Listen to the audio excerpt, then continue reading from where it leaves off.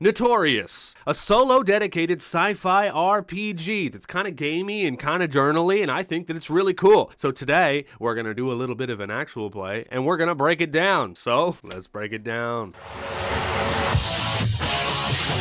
Well, hi, hello, everybody. My name is Turk. Welcome back here to the Grouch Couch. Around here, we do all different kinds of solo RPG things, but that's right. Today, we're taking a look at Notorious. Also, the little expansion that comes with it, Outsiders, because I did pick myself up the actual box set of this bad boy, so we're going to take a look at that thing. Now, before we get into all the fun shenanigans of it, a little bit of backstory, I think, is in order. Today's video, yes, I'm going to walk you through how to play this bad boy so you can pick it up and play yourself, because my intention always is to teach so you can then play, right? But also, we're going to be telling a story today a little bit. We're going to be continuing it on in actual play little bit thing. Because if you're new around here, just so you know, I have some characters that I like to play here pretty often on the channel. And I have a sci-fi character by the name of Cassidy Cayde, and her story started with Ironsworn Starforged, which is a 4-part series you can watch here on the channel. But we're actually going to be continuing her adventure with this here TTRPG, which I think is going to be kind of really cool. This is the first time I'm doing this, but I plan to do this with all my characters. It's a fun way for me to be able to showcase different TTRPGs and have some fun with different stuff, but continue on a fun little story. What I do want to say is that if you have not watched the Ironsworn Starforged part of her story, have no fear, you do not need to go back and watch it. I think that you might get a little bit more fun out of the whole series if you do, but absolutely don't need to watch that to have fun with this here series right here, all right? I'll explain everything as we go. And I'm kind of, a little bit excited about this whole process, so do let me know if you did actually watch it and, what you think about the whole thing. Let me know in comments below, because I really hope to do this a lot more. All right. Before we continue on, I do want to say that I was only able to pick up Notorious and Outsiders because of your guys' support by using the drive-through RPG link down in the description. So thank you so much for doing that. And if you want to pick this up for yourself, there will be links down there, convenience links and supportive links. If you want to use them, absolutely do so. Thank you so much for doing that. Secondly, I want to give a shout out to our Couch Crew members. That's right, all you guys. Thank you so much for supporting the dang old show. I really do appreciate you for being a channel member, a Ko-Fi supporter, or the brand new Patreon. If you want to check that out, I'm going to be sharing some extra fun stuff over there on Patreon. You check that out if you want to. Link in description. Now, without any other further ado, or YouTube jibber jabber, I say let's open this book up, let's see what it has to offer, and I'm going to show you all the stuff. All right, to the top down camera. Now we're going to run us an intro for the story before we begin the story, but I do want to talk a little bit about things before we get into the story part of everything. All right, the Notorious and Outsiders box, you can get the whole box set. It's got this cool golding embossing on the front of it. It is really kind of fun. I actually think it's cool. The little art designs are fantastic. I thought this was like a scorpion at first, but it's not. Take a closer look. It's very cool stuff. Very awesomely developed. Secondly, if you get the box set, it's going to come with 2 books. This is Notorious, and then this right here is Outsiders. And Outsiders is an expansion to Notorious. This is kind of mostly for a one-shot or even 3 little episodes of your actual play, and then this is an expansion to it that brings on even more story and even more roll charts, all right? So this is the second book to the first. And this one also has 6 more classes in it. As we can see, I took a little bit of information for the tech for our character. We've also got the Rookie in here. We've got the Beastmaster, the Deserter, the Duo, and the Veteran. All right, so it brings in 6 more little classes and a bunch more roll charts and species and just ideas for your game as a whole. I'm going to keep it on that page because it deals with our character. This first book has its own set of characters you can play as. Of course, we have 6 different classes, and each one of the classes is going to give you, excuse me, a little bit of a loadout, some origins, is how you started, and scars, triggers, stuff like that. So help you tell your story as your character, which I think is really cool. Now, this game as a whole is really kind of like, the setting reminds me of a mishmash of different kinds of sci-fi settings. I feel like there's a little bit of Star Wars in here, themed stuff, right? There's a little bit of, maybe some Firefly, a little bit of bounty hunter kind of stuff. It really is like a mishmash of different kinds of sci-fi stuff, and it gives you the opportunity to tell the story in the world that you want to tell, all right? So the story that we're going to tell could be vastly different from the one that you're going to tell, all right? I love how this game straight up is like, well, here's some themey stuff from that and some themey stuff from this, but it's all written in such a way that it's unique to this book. So it's like, we're not going to tell you that it's Star Wars powers, but it is some kind of mystical powers that your character might have, I appreciate that a lot. Okay, so whenever you play this game, you're going to walk through these steps and you're going to build your character. I've already done mine here. You can print out your character sheet. You can get the free character sheet from itch.io from Always Checkers, because that's who is developed this, which, by the way, I saved my sticker from the packaging. I've got it on my junk journal. Heck yeah, Always Checkers. So you can print out this for free. Also, I should mention that the box set comes with these cool little printout art pieces that I think are kind of fun. It comes with 4 of them, little poster guys you can hang up. They're just blank on the back, but I think they're cool little art prints that I kind of enjoy, and I'm going to use them for my junk journal as well as hang them up on the wall behind me because, you know, we're going to have some fun. Anyways, you're going to walk through the steps and build your character. It's honestly pretty simple. You're going to get pluses, you know, on like a weapon, a certain weapon you might have. This one, it looks like the expansion, you actually get characters come with one single little ability you might be able to use. So for our character, we actually took the little robot ability, so we have a little bot and help us. But mostly it's pretty much straightforward and a lot of narrative stuff here, origin, scar, trigger, etc. And then after that, they actually have some options for, because this is a bounty hunting game, all right? So the theme of it is that your character, for whatever reason, is tracking down a person. And I'll talk about more of our story and why that makes sense later. But you're tracking down a person. It could be to take them out. It could be an actual bounty hunter. It could just be searching for some. It could be like a family member. It could be, you know what I mean, you're trying to find however you want to flavor it, you're trying to find a certain person. And in here, it actually has, so different kinds of species you can play as, which I think is very cool. It's cool that they include that. But it also has the contract, right? So why are you searching down this person? It has these little factions that come in, depending on whatever planet you go to, because we have a 1d6 section of planet, and each planet is occupied by species and by faction. And whatever planet you end up on might have a certain faction, and there's a whole descriptions of the factions here, that will send you out on a bounty run to find a person and take them out, pretty much. And you could roll up all that stuff. So you don't have to think of anything yourself. You could actually just roll on it or pick things if you want. All right, so we're searching for a person in this world, and it's kind of cool. It's really kind of straightforward. And everything is set up pretty much as roll charts, which, you know, I love, right? So it's kind of gamey in that certain kind of way, but I think it also has a little bit of a mix of still creativity and journaling and coming up with your own ideas. I think it's a really good mix of both, right? So like it gives you a good amount of guidance, but also there are places where you're going to need to come up with your own stuff, right? And I think that it's perfect. I would even go as far as to say beginner friendly or an easy pickup, an easy play. This game, it's not too complicated. It's not crazy. It's not, you know, blow your socks off, but it's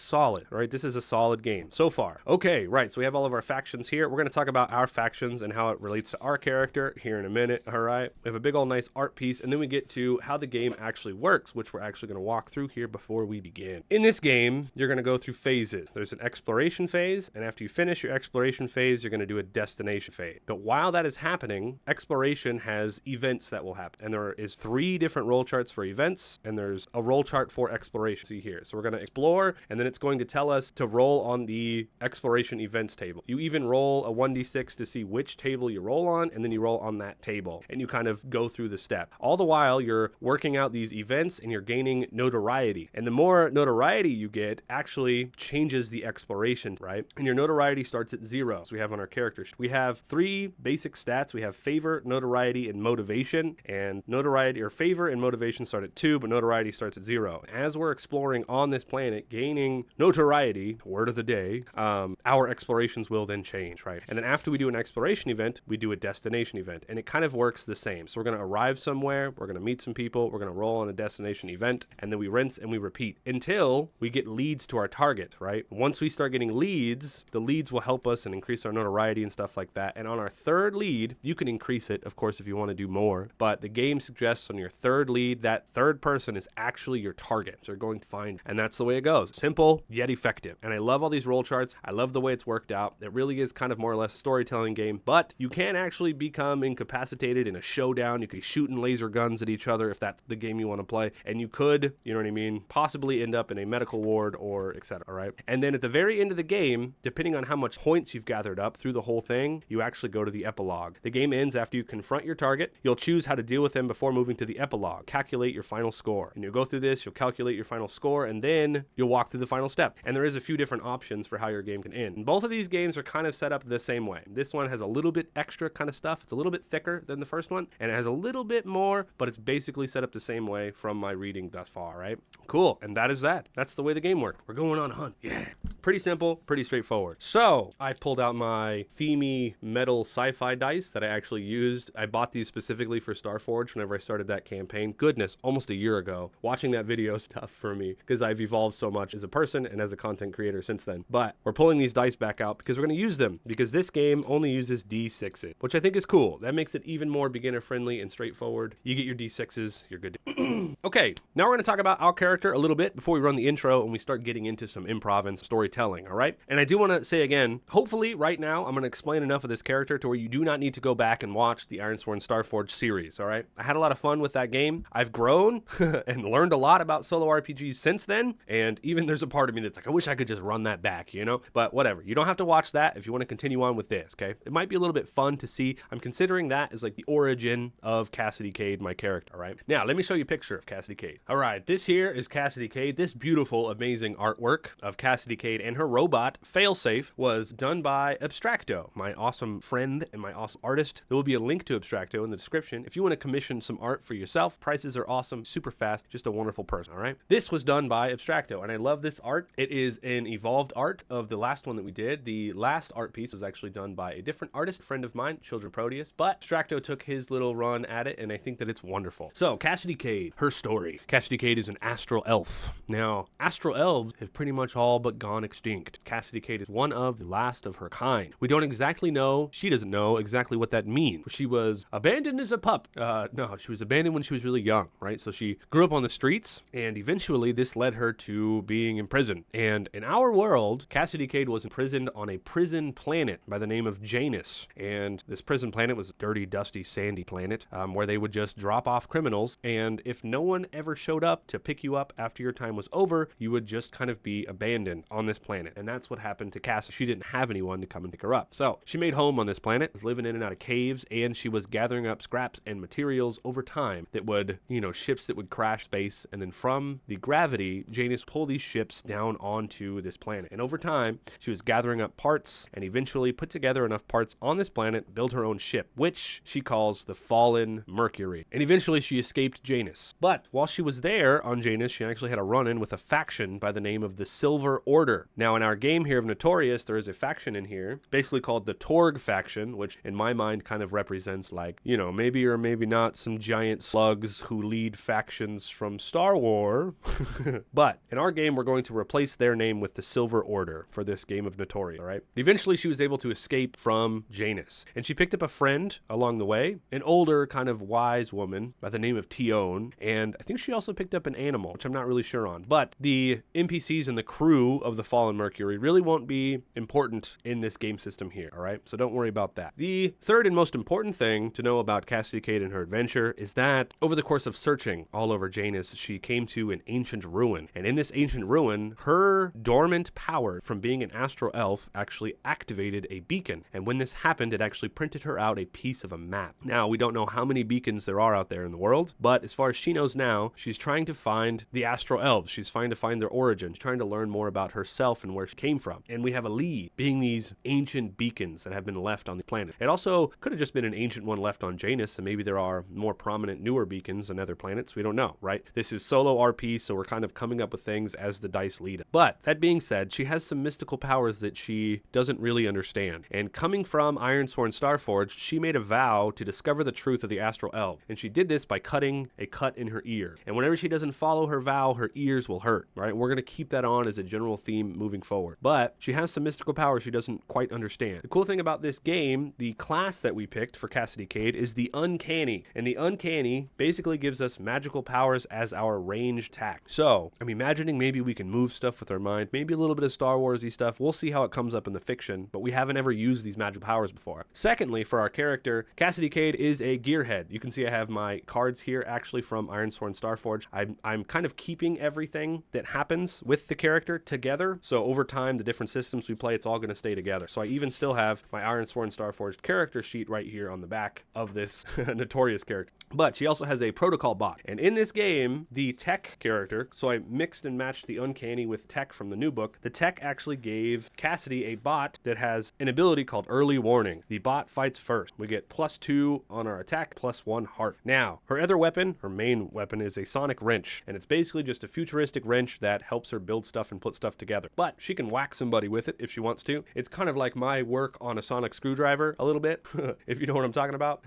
Taking themes from other shows. Yeah, as you can see in the art piece, a big old wrench that has like Sonic on the end of it. Yeah, so it's a sonic wrench. So there were some things in this book when it came to character creation, just like suggestions, and I was kind of like, look, I already know kind of what I want my character to be, so I kind of just inputted some things myself. The fact that she's an astral elf is not a species in this game, so I kind of just added it in, as well as her origin is Janus and the prison planet, which I just kind of explained a little bit. But she has a trigger, and I don't know how much triggers are going to come into play. If it doesn't, then it doesn't. but you roll for trigger whenever you're playing in this game. It's kind of like what, you know what I mean, what drives you, I think, a little bit, but she has extra sensory perception. And in this, we'll go to this is the page for the uncanny. Your extra sensory perception causes you to hear the lost voices of your ancestors. And I thought that was just perfect a little bit for our story. Now, the planet that we're starting on is a planet called Freya, and that's because we rolled up Freya in Ironsworn Starfort. So we just kept the name, and also I kept the species that I came up with a little bit towards the end, which are eggles, and they're basically lizard-like people. I kind of kept that in here just as a little bit of flavor. But Freya is I rolled this up over here because you'd roll for your planet. I rolled it up and I got a mega urban planet. The terrain is a sparse wasteland, a sea of junk, menacing depths and underground tunnels. Thought that was kind of cool. And then you roll for the competing factions. Well, you kind of just choose as well. The Old Empire, which you can read on a little bit, I thought was perfect for this story, and I love the idea of it. So we're actually straight up keeping the Old Empire. So we can see here, the Old Empire is the dominant power in the whole galaxy, ruled by a mysterious leader who commands a vast military. Their war machines and faceless troops are garrisoned on most planets. Secondly, the challenging order is the Torg, which is basically the Silver Order for this game. The Targ, a smuggling ring run by a family of gluttonous Targs, slug-like species. They pay well, but are cruel and quick to hold a grudge. The cartel favors employing nomads for all of their dirty work. And actually, there was a comment recently on the Ironsworn Starforge series. I can't remember what it was, but it was talking about the Silver Order, and I really thought it was cool. I should have written it down. Lastly, the minor fact, the ones that are technically giving us our bounty here, is the New Uprising, a growing force in the galaxy consisting mostly of citizens from oppressed world who wish to see an end to the Old Empire's harsh dictatorship.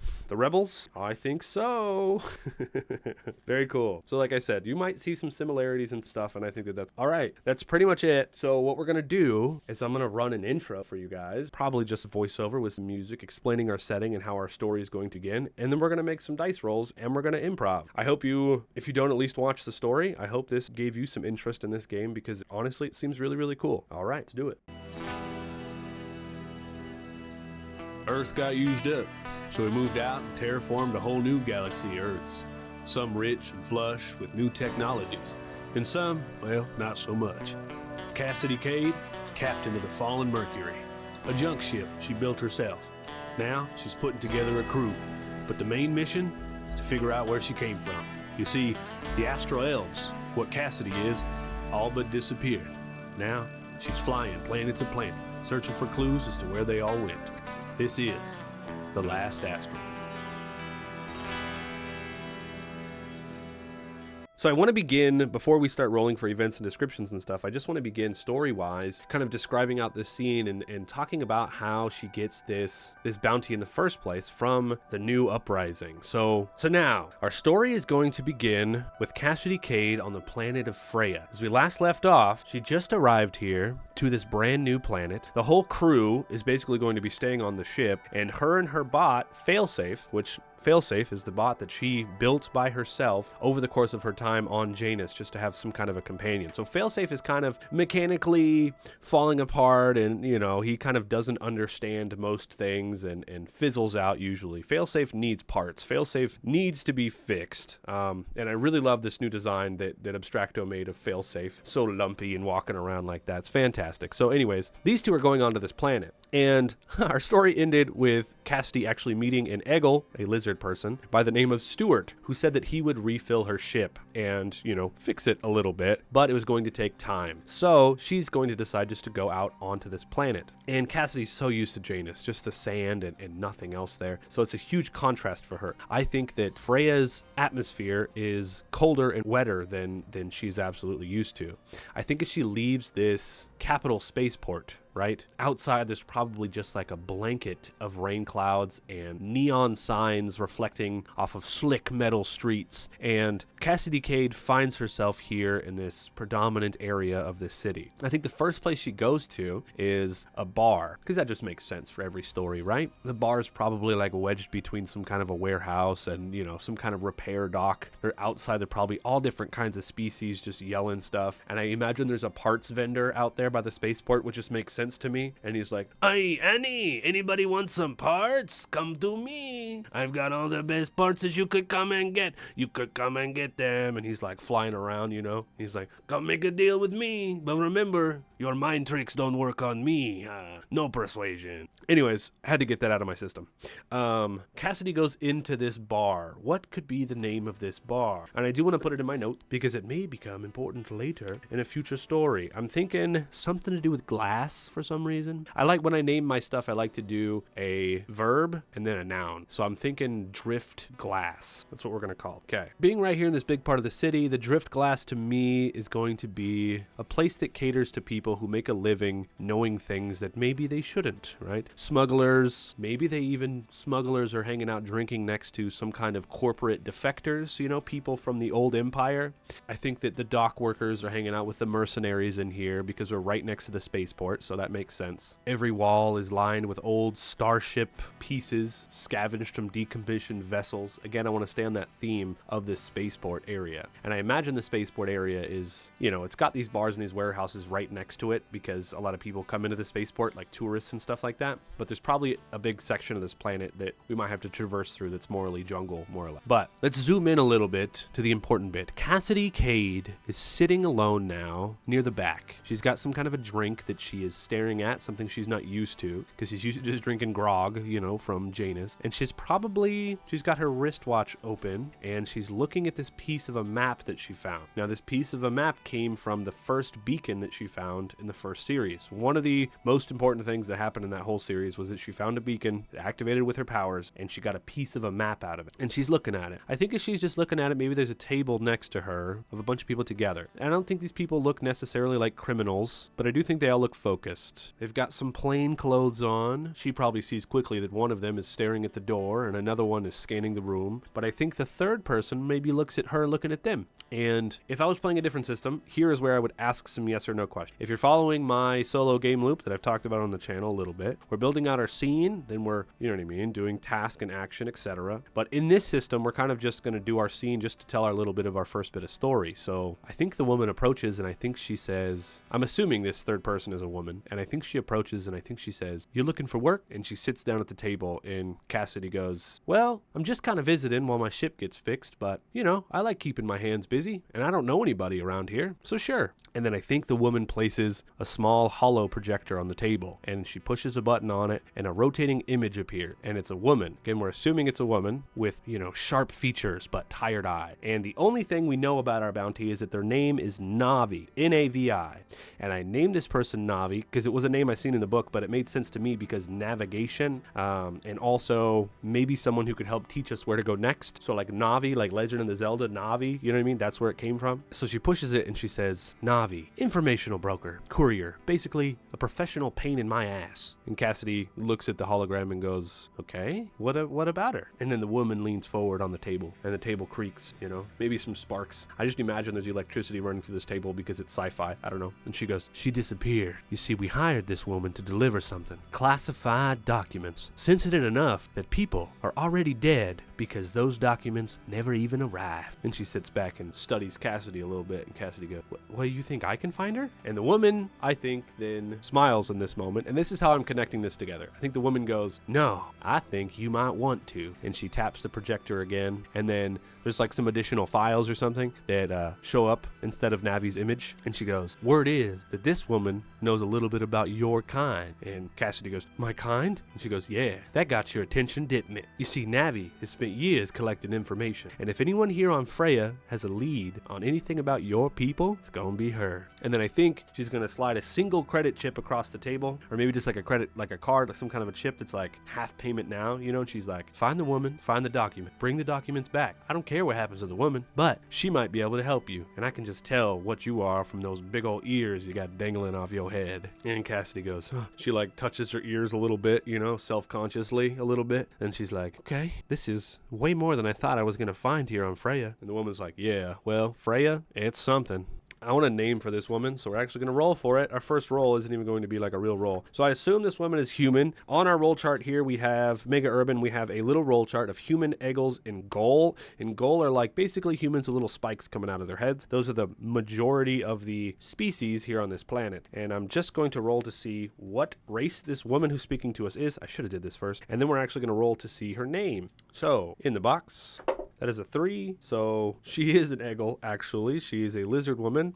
And we have a reptilian roll chart here. So we're going to roll for names on the reptilian roll chart. That is a 4. So her name is Golo. As she stands up to walk away from the table, she goes, "Tell Navi that Golo sent you. She'll know what that means." And she goes, "Okay, Golo, got it." And as the woman walks away, Cassidy's going to turn to Failsafe, and she's going to say, Did you get all that, Failsafe?" And Failsafe goes, "Yes, ma'am. Navi, finding the person. Here, where do we start?" "Well, I don't know, but let's finish our beverages and let's go see. Let's go see what we could find." And then we're going to get into our gameplay loops. That's just our opening scene, how we got our bounty, how that all start. It's mysterious enough to me that I think it's fun, you know? So we're going to come over to our charts here. We're starting with exploration. That's where so we roll on the exploration table to below to figure out what happens to you as we travel. It may ask you to roll for 1 or more exploration events or to introduce a new lead. To use the exploration events table, roll 2 dice. So one determines which of the 3 tables you'll roll on, and the other is the event. So first we'll roll on the exploration table. It looks like everything is pretty much just going to tell us to roll over here until our notoriety goes up, but no worries. Let's just roll on it to see. As we leave the, what do they call it? The drift glass? Yeah, as we leave the drift glass, we're starting to explore the city. What do we see? That there's a 1. So there's no sign of our target, but something interrupts our hunt. Roll once on the exploration events tape. Sounds good. Oh, and also, you'll notice how I didn't mention what species Navi is, because I think I'm going to roll for it later. It's kind of a really important thing, because Navi herself could be an astro elf in disguise. You know what I mean? So we're going to roll on that later. But we do know she's got dark hair and serious high. That's what we know. All right. Now we're going to roll a d6 to see which event chart we're going to roll on. That is a 6. Cool. And these dice are kind of fun. You can see all the marks. So there's 6 marks on this dice. That makes it a 6. So in the inverse, that's a 3, 5. Pretty cool. All right. So now we're rolling on the exploration events 5 through 6. That is a 5. Okay. As we're wandering through this metropolis area next to the spaceport, we stumble into 5. We see a locked crate painted with the logo of the controlling faction, the Old Empire. It's probably fallen off the back of a speeder. Roll a die. All right. Die rolled. That is a 3. I guess we open it. We find a useful stash of ammo and fuel cannon. Gain 1 motivation. Who was the crate intended to resupply, and why did the pickup fail? You get 1 motivation. Very cool. Putting us up to 3. I think, in my head, we stumble across this bad boy. I think the hustle and bustle of the city. In my mind, someone came here to the spaceport to retrieve some supplies and then deliver them to the Old Empire and maybe some military part of the Old Empire. But in the hustle bustle of the city, you know, this speeder got bumped and this small crate just fell off of it. So it was just like on the corner, and Cassie walks up to it and she's like, "What the hell?" And she kicks it and it opens. And as it opens, she looks down, she sees some fuel canisters and she sees some ammo. She's like, "Oh, sick." And we don't have a gun, a gun, but we do have a skimmer, which is basically it's basically like a hoverboard, like a skateboard in a sense, but I feel like it looks a little bit more like a scooter, so we can use that fuel for our skimmer. But in the first game, the skimmer was using very unstable fuel previously, so we'll have to roll maybe to see how that works, but I'm gonna write this down, because even though it doesn't use an inventory system, still writing this stuff down can help with improv and narration later. Okay, now that we've done our exploration event, and that went really well, we're going to roll on our destination tape. Destinations can include simple markets, hidden dens, crash starships, military walkers, bustling spaceports, and capital city. Roll on the destination table opposite to find where you arrive. You'll get a brief description of the destination, which you'll use with the list on the planet profile to create a named location. You may have previously visited this destination, in which case, this information will already be known. The prompt may ask you to roll for 1 or more destination events that occur in this locale, or present a choice of activities, or you might run into trouble right away. To use the destination events table, roll twice, etc. So first we roll for a destination. And actually, number 2 on here was the Red Moon Tavern, and we're actually going to cross that off because we're going to write in here instead the Drift Glass. That's going to be a main location. But as you can see, I have all 6 of my main locations that you actually get from the planet table in this book, and I've rewritten them down here on the planet report section just for ease of access. Heck yeah. Okay, so everybody, I actually rolled for destination and destination event and was already playing through that and looked up and realized my recording had stopped. Ran out of space on my computer. I cleared it out now. We're all all good. So I'm going to recap what happened a little bit. All right. We rolled for our destination and we got a 1. All right. You arrive in a small outpost or enclave run by the minor faction. The minor faction is the new uprising, which we just dealt with Golo, right? The lady who gave us his quest in the first place.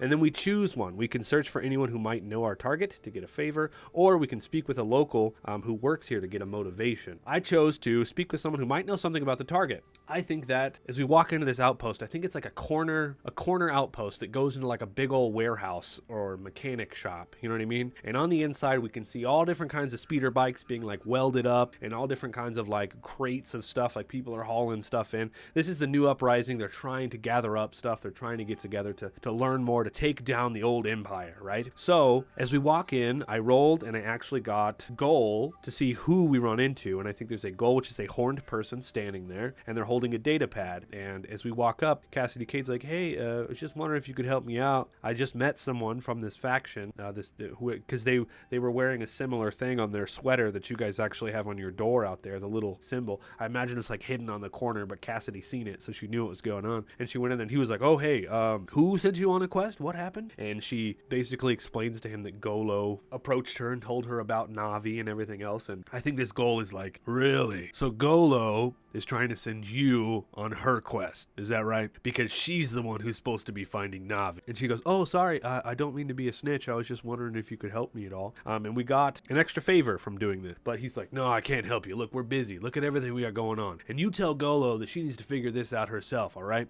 And if you're searching for someone, I don't know, definitely they're not here, obviously. And she goes, oh, okay, yeah, no worries. And as we're turning around to leave, I rolled for our destination event. I got the second table here, and I got a 6. So down here at the bottom, you enter a bar and immediately bump into another nomad. I think we enter this warehouse area, obviously, and we immediately encounter another nomad. This isn't the first time we've encountered them. Roll a die. And I rolled, and I got, there's bad blood between you and them, and they immediately attack. Lose 1 favor. How did you interfere with their previous bounty? So we obviously didn't interfere with their previous bounty, but I think that Golo, we recognize this person from being in the glass, the drift glass earlier today, and we recognize them because they're like big, huge, burly bounty hunter, classic looking bounty hunter, probably a goal actually with horns on their head, big one, and they got a big old machine gun on their back. Like if they find Navi, they're gonna kill them for sure, 100%. But we don't want that. We want information, right? But as we turn around, we bump into them and they drop something on the ground, which pisses them off, and they go to swing at us. Now, the way that combat works in this game, everything is contested. You roll 2d6 for everything. There are 4 actions you can take in this game, which I didn't explain in the intro. Sorry about that. They call them reactions game. Actually, here we are. Here are reactions right here. There are 4 different things we can do. All of them deal with the same exact dice rolling mechanic. You roll 2d6 and you add your bonuses for the opposing, and you add your bonuses that you have. That's the whole thing. Now, our bonuses are going to come. You can see I have them on my character sheet. They come from our equipment. They come from things we have or anything else going on. And we're actually going to go over to attack so I can explain it a little bit better. The attack reaction is your chance to incapacitate or kill a hostile or lead or target. After we win or lose, we actually have a little outcome thing. On a success, we can spare the person to get our favor back, or we can kill the person to get a notoriety. I do not think that Cassidy would be killing anybody, really. That's not her bag of potatoes, you know what I mean? There's also rules for range situations. You could also use defense in here. Your opponent and assets may provide us with defense, which our armor actually does, our tool belt, and our personal shield that we have. If you watched Ironsworn Starforged, that's basically our dome stick, if you know what I'm talking about. And it can provide defense to us. Our opponent, though, might also have defense. Each point of defense allows a successful attack to be blocked once, avoiding the consequences of failure. Then we repeat the attack roll. So you just keep attacking until, something happens. Then we have full-on rules for failing as well, where we can roll a d6 fail. This is going to be a simple attack. I do not think it's like life-threatening attack situation, but from our little bit of a roll chart over here, I really hope I did a good job explaining all that, because we're back at when the recorded stop was right about here. I didn't roll for the attack. If we go back here to look, our opponent has a +2 on their attack, right? And if they succeed, we're going to lose a favor. So as they walk in and they bump us, they're obviously on the same track that we are. They're right behind us. I'm going to roll a dice for us, and I'm going to roll a dice for them, okay? This is going to be our dice. This is going to be theirs. We have a +2. What I'm going to do, actually, because we have 2 ways we can do things. We have our astral powers, our mystic powers, and then we also have our sonic wrench. Both of these give us a +2, but one of them's like melee, and one of them's kind of like situational range attack. We're going to use our mystic powers. As she bumps into him, if she succeeds, succeeds, it's going to be like a Spidey sense kind of thing, where she's going to like stop his fist midair. You know what I mean? That's kind of like what I'm imagining. So let's roll for us. +2. That's a 5 + 2 makes it a 7. Super sick. For the opposing nomad bounty hunter. That's a 6 + 2. Oh no! Okay, we're gonna back up. There's another mechanic we can use. Our motivation. We can actually spend 1 motivation to re-roll 1 dice. It could be either ours or the enemy, and then we have to keep the next result. But we can actually use motivation as much as we want on 1 single encounter if we want to, which is kind of fun. They got a 6. That's insane. We're gonna spend a motivation to re-roll. So that's gonna bring our motivation down to 2. So motivation is kind of like a currency in this game. All right, do not get a 6 again, I swear. All right, that is a 1. Okay, fantastic. So this big burly guy walks in. We bump him. He drops a little data pad on the ground, looks up at us, growls. He might recognize us from the bar as well. And he goes, "This bounty is mine, you freak," and tries to swing his fist at us. And Cassidy goes, "Ah!" And like her powers activate. And I feel like a mystical field around her head a little bit. And she stops his fist and he's like, what is this? What is going on?" And she like, as his fist is frozen, she runs out the door. Very cool. And as she's running, I think she's like, "How did I just do that?" And behind her, clopping along, is Failsafe. And he's like, "Ma'am, it seems you are very powerful." I know, Failsafe, but just keep running. We gotta get away from there. We gotta get away. "Your powers keep showing themselves in fun situations. Congratulations on finding yourself." Failsafe. And I think eventually they reach like an alleyway where they stop and they catch their breath. And, she's just thinking about what the heck she's like, "Where am I?" She just came here for fuel. You know what I mean? And now all of a sudden she's chasing down a bounty in the middle of an urban crazy city. Wild stuff. All right, so on a resolution, we spared the guy, so we get 1 favor. But because of that encounter, we actually lost a favor. So we're staying right where we are. And that is that resolve. So now we've done an exploration and we've done a destination. We've also did a little bit of combat in this, which I think is fun. And again, the fun thing about this game is that you can kind of flavor the combat however the heck you want. It's just opposed dice rolls, right? You can even give yourself, like in your narrative, you can find a cool item or something, give it to yourself and say, "This is gonna give me a +1." And then you could use that on your +1 rolls. It's so easy just to add things to your narrative and to your equipment. And the dice rolls even say that. Like, extra assets you have might help you as well. And I think that's just super fun. Yeah. And we could have used our ability in that, actually. Failsafe could have seen the guy first and then actually react for us, which could have been. But all right, now we're gonna go back to our exploration. Okay, so now we're back into the game loop. I mean, exploration, destination, and we're gonna get notoriety as things happen, and sometimes other stuff will happen. We have a searching table in here that might allow us to search sometimes, and we have some lead stuff as well. Alrighty, but we need to get our notoriety up, and I'm hoping there's ways for us to get more notoriety without having to kill people. We shall see. Okay, exploration. That is a 5. If your notoriety is 3 or higher, you encounter a lead. Otherwise, roll once in the exploration event. Okay, which table is it? That is a 3. Second table, and we're gonna roll another 6, which is a 4. Here's our event. A hostile from the minor faction has found your ship, but we're with, maybe we'll say the challenge, the Silver Order. A hostile from your minor faction has found your ship. You can communicate through your ship's speakers. Choose one. Speak with them to gain a favor and lose a motivation if you fail. Try to threaten them to gain 1 notoriety. Lose 1 motivation. That's actually kind of fun. So Tion is back at the ship, along with that animal that we found. So Tion is back on the ship, and she calls us somehow. I'm assuming our little wristwatch or something. It like pops up on a wristwatch. There's a little like virtual hologram of Tion, and she seems stressed, and she's like, Cassidy, someone's outside the ship looking around, Cassidy. It looks like one of those bald guys with the tattoos on her head from the Silver Order. I think they found us, Cassidy." And Cade's like, "Oh, okay, don't worry. I've got this." "Okay, I'm scared. Don't worry." She like presses the button on her wristwatch. Now we're going to make another check. We're going to try to threaten. So we're going to go over to our reaction here, and we're going to go over to threaten. On our modifiers, we add half of our notoriety rounded up. Okay, well, we don't have any. So I don't really understand this threat neutralized roll chart. When do I roll on this roll? Very interesting. Maybe it's like an NPC reaction if you succeed. It's kind of maybe what it seems like. Interesting. You guys might find that helpful. I don't know if I'm going to be rolling on that. We shall see. All right. So I'm wondering if there's anything else that could give us a bonus here. And again, this is a contested roll. All of them are contested. So we roll D6 twice. So it's going to be the Silver Order's dice and then our dice as well. I know that we have a little animal on the ship that can maybe make some noises for us. Or maybe we could tell Tion to like start the ship up or something for us. I don't know. Let's roll first and we'll just do a flat roll and see how it goes. And we have 2 motivation to spend, but we want that notoriety. So let's do it. Here we go. Our dice is a 6. Awesome. Okay. Their dice is... Can't see it. A 5, so it's not crazy. It's not like a crazy success here, but over the loudspeakers, like around our ship or something, you know what I mean? Like, it says that we could do this, so we'll take it as a little thing that we've done. They're like speakers on our ship. Cassidy's voice comes through and she goes, I know who you are. I know where you came from. Yes, I've been there too. You leave my ship alone. It has a bunch of booby traps that have already been activated since you've just been wandering around my ship. I know who you are and I know what you're after. You better leave before you don't have legs to walk anymore. And then like on the little hologram on her watch, we see the Silver Order guy like looking up like scared, and he just slowly starts to back up. And then as he gets closer to the exit, he like runs.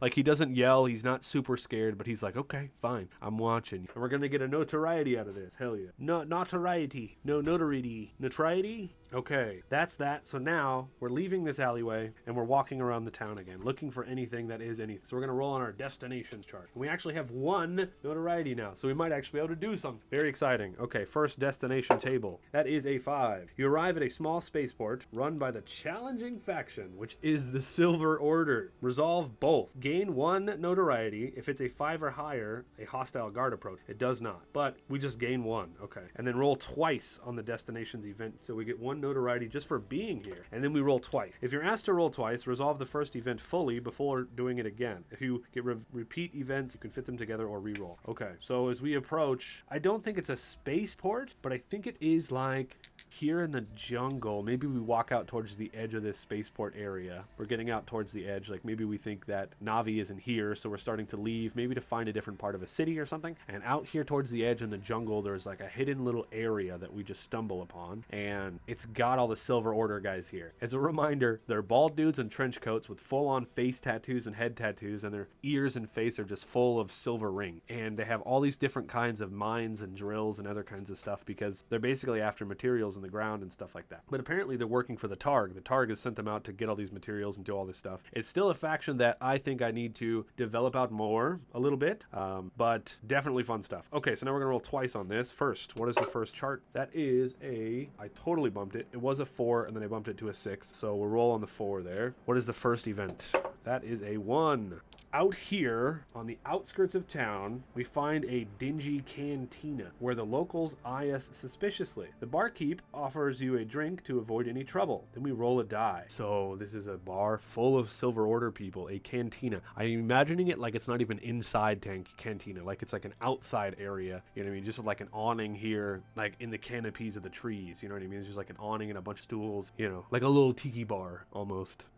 That's a 2. Okay, what does 2 mean? 2 inebriated hostiles at the bar say that they don't like our kind in here. How do the onlookers in the cantina react to this sudden confrontation? Oh, man. So 2 of these dudes are like, I know who you are. It's the Silver Order, right? Because this is their area. One of them's like, you're one of them alien kind of folks that almost done went extinct, didn't you? We don't want your kind around here. We know what you do and your weird little magical powers. You better go on and get out. And I think all the onlookers are all quiet, you know, like people who aren't Silver Order are just quiet. And the other Silver Order guy sitting next to that one is like, yeah, get out. And we're just like, oh, geez, okay. So that doesn't go well. All right, now we have a second destination event. Which chart are we going to roll on here? That is a 6 this time, so it's the 3rd chart. And what is it? That is a 1 again. A panic-stricken Lektok, the insectoid species, pleads for help getting off this planet. They offer a small wedge of credit. Choose one. Direct them to your ship and recruit them. We could lose a favor. What are they carrying on their back that they're desperately trying to protect? Or we can ignore their offer, as you need to focus on finding your target. Gain 1 favor. What will happen to them if they don't escape this planet soon? Goodness, an insectoid creature. Currently we have an animal and we have the old lady, and we're trying to recruit someone. That's the point of this. We're trying to find information and recruit someone, but we could get an extra person. Let's roll out their personality and their name and stuff like that. Maybe we'll see if, you know, maybe they're even worth recruiting to our